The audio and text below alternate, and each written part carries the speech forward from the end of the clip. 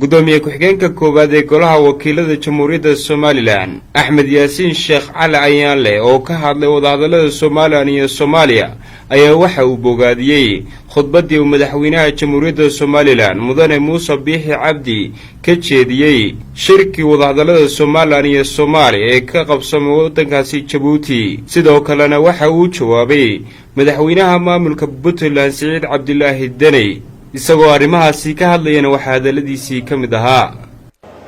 horta shirku waa mid ka mid a shirarkii isdabajoogka ahaa ee loo qabanayay wadahadallada somalilan iyo soomaaliya waxaad se moodaa inuu dhowr qodob oo uu kaga duwanaa kuwii hore ay ka dhaceen number one miisaanka shirku waa markii ugu horreysay ee 4 dawladood madaxweynayaashooda isugu yimaadeen taasi waxay muujinaysaa culayska iyo muhiimadda uu shirku lahaa qodobka labaad ee unique ahaa ama waxa yani khaaska u ahaa shirkani wuxuu ahaa shirarkii hore marka madaxda Soomaaliland iyo Soomaaliya la isu keeno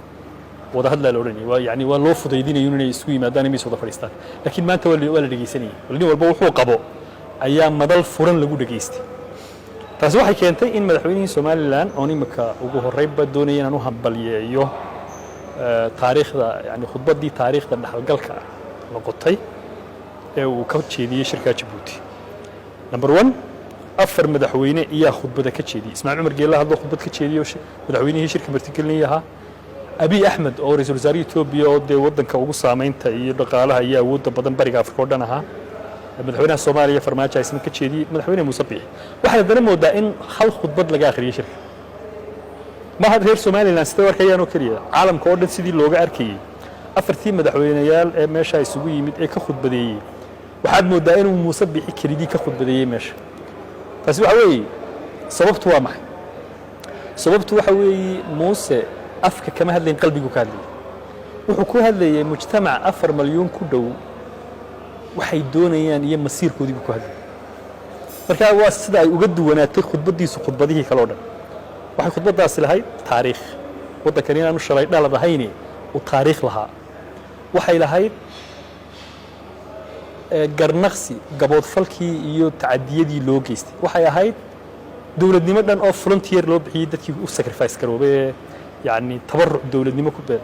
waxay lahayd kaalinta ay Soomaaliland ku leedahay mandiqada yani nabadgelyadeeda iyo deganaanshaheeda iyo ganacsigeeda iyo dhaqaalaheeda iyo yani isku furnaanteeda lafteeda kaalinta ka qaadanaysa waxay lahayd mustaqbalka halkay fadhido waxay lahayd go'aanka u dambeeya inay tahay go'aan iraadada shacab la yiraahdo oo ummadi ay go'aansatay aaya ka tashigeeda waxay ahayd inaanay arrinta Soomaaliland ay khudbad tilmaamaysa madaxweynuhu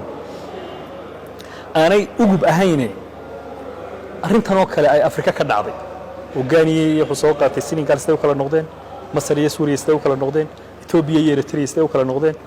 xitaa waxa kala dayidna xusid mudnayd ilaa shan Soomaaliyeed baa 60kii markaynu calanka qaadanay yani hamada Soomaali ku jirtay doonista Soomaaliyeed waxay ahayd shanta Soomaaliyeed ee shanta gumeysi ku kala hoos jira inay isu yimaadaan oo dawlad Soomaaliyeed dhistaan marka Soomaaliland iyadoo hooyadii u hor dhalatay waxa soo Soomaaliya ayay xamar la midowday ajandaha koowaad ee midowga ka dhashayna wuxuu ahaa in la doono doonista dhulka maqan Soomaali galbeed in la doono Djibouti in la doono Kenya in la doono waxa lagu shirayo la fadhiyay Djibouti oo kamid ah shanta Soomaaliyeed kamay soo mid noqon 17 sano kadib markii Soomaaliya ay xornimada qaaday Soomaaliland xornimada qaaday ee Soomaaliya xornimada qaaday ay labadii gobol Israaciil ay midoobeen 17 years after bay qaadatay Djibouti gobonnimadeedii umay imanoo kumay soo darsamin waana la mahdiyay oo nusqaran in ku dhoobay maanta Djibouti ay dawlad madax bannaan tahay Soomaalinimadii ma u ayday Djibouti gooniisitaageedii ma Soomaaliya way ayday marka haddii Israaciil aynu isla keeni weyni haddii aynu maalinka maanta labadii dawladood aynu isku darnay isku tag sameeyay waayeen wax midho dhalo fiican ka soo bixi burbur aynu ka dhaxalay tii gooni u joogsatayba waynu intifaacsanay tan maanta inay goonideedu fariisan maxaa u diiday khudbadda madaxweynaheena waxa ka muuqday qof serious ah oo aan u hadlaynin arrin caadifadi keentay ama laab la kaca ama hawaawiya ee xaqiiqo jirta oo doonis ummadeeda ku hadlay madaxweynaha Soomaaliya khudbadiisa waxa ka muuqatay nin doonaya dheeraad وهدو هلنا الحمد لله هدو ويانا عن سيريس هاين دي صدق دقيقة هذي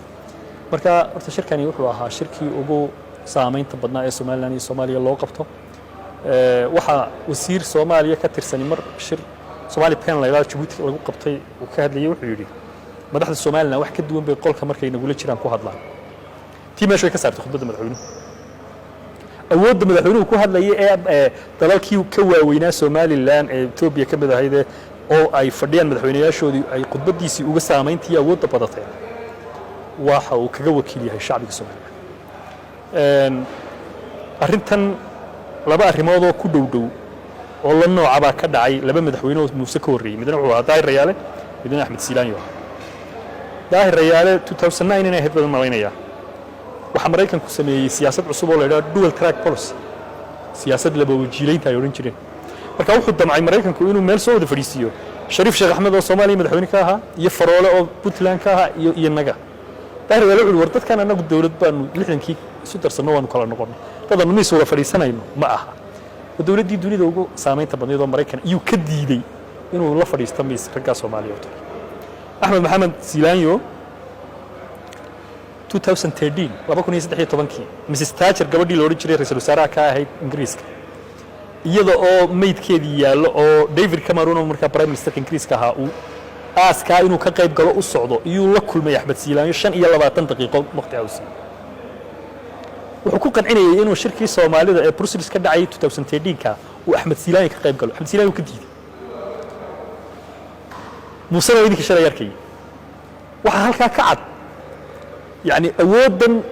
quwadaha caalamka ugu quwada badan laga diidayo waxay doonayaan inay namarsiiyaan awooddaas waa awood shacab inaga shanta madaxweyne soo marayba waxa doortay shacbiga Soomaaliya midna la inooma keenin laakiin dad walaalihiin Soomaaliya ku noqoto from Ali Mahdi ila Farmaajo madaxweyne aan cidi wadanin oo cidi miiska u soo saaray shacab Soomaaliyeed wax doortaa horta ma jiraan laakiin inta yare iyaduna meesha isugu timaada wax ku doorata nin la wataa loo dhiibaa marka go'aan Soomaaliyeed ma qaadan karayo marka inaad shirkaas wuxuu ilaaha shirkii ugu saameynta badnaa uguna fruitfulsan danaas aan arkayo waayo garbaynu taagnayn oo wixii hore lagu heshiiyay baa laga baxay wada hadla waxa la yiraahdaa arrimuhu qaarro waa major qaarro waa minor qaarro waa wax fudud oo warsadaynu deeqaha inaga dhaxeeyo wadaagnaa hawadii aynu ku heshiinay inaynu wada maamulano saynu u maamulana wata gudida farsamo loo saaray waxna waa qadiyad يعني markaad aqliga bini aadamka caadiga ee madaxa banaan ku qiimayso ummadii waxay leedahay war waan tashadayo awal ana ku maanta ana isu ka garan waay qolo kalena waxay leedahay meene ana kulaho iga tagimaysid marka adeyn of the day maalmaha kamida بحق ميزان كفوليا حق إيه أنت ميزان كده ودعيسة وحيود عيسى إن أي قدام بيت ما ضو أمد أي كتشجي دي كل جن واحد سبب الله قار قبضها والله مقونية مجرد وقدام بين واحد نغني سائل لا يلعب محيد دوني يعني تذكر سيدي إريتريا باللوسة ومدني محيد دوني سا ومدني مدح برناني يده هراء ولا حي بيلسون نغطي دوني سا هلا سياي منيس قولة بودلان وحبا كقلدن وحا كقلدن حدود الصومالية الصومالية ولا حيسا وحدود بيغانو معينة وحدود وافقسن شروع دي AU ده أما أورور كميدو أفريقيا أي شرعي كدكتين أي لهذين أرنتها وحا إنه حدوده مستعمرة كدكتين مشن كي وقول عصلاء الصوماليين يمادة حقيقة هذين توي يمادة وحي هاينو مشن كي لورنشري فاكت فايند ميشن أو كسر أفريكان يونيون كا أو قدومي كحجين كأفريكان يونيون وهجاميني أو إلى بورما إلى لاسعانو الصوماليين حقيقة هذين وإندي ربوت كي مشن كاس قرين وحي كتر مامين حتى قديد الصوماليين إن أنا كهورتشيدين أفريكان شارتر أفريكان يونيون شارتر أحد قرامات دلالك أفريقيا أي دكتين أي هذين ور محاي النوم ما بقى محاي النوع على مدى أفريقيا محاي كل حديث انتهي إنه وافق سنتهي أرنت الصوماليين بركا واحد مدة إن فهم كان كقدر غير بدلا الصوماليين هو كلتشر حدود الصوماليين هي الصومالية وده حيس عيدا من الصوماليين لما دومين ولا ما حدين كلتشر باحري إنك ريلاس عانود استجان أقولين إن حدود ده هالكلام بدلا إن يجروا يصوف الدو ترى هذا iminka caasimadda Garowe waxaa la yidhahdaa waa la kordhinayaa 30 kilomitir ayaa diiday dadka deegaanka diidan oo xuduudan u yaqaanay inay xuduud awoowiyaashood dhiganay tahay marka Puntland misunderstanding baa ku jira shalay nin xildhibaani ka jawaabo si fiican u dhigay intay fahmaysaa la dhaaf marka Puntland waxaan leenahay waxay wax kaga maqan yihiin Puntland waa Soomaaliya muqdisho xuquuq badan oo reer Puntland leeyihiin hor joogta marka halkay wax kaga maqan yihiin iyo halkaan waxba kaga maqan yihiin inay kala gartaan baa wanaagsan baan walaal waa Xamse Xadaari telefishinka caalamiga ee Gobonimo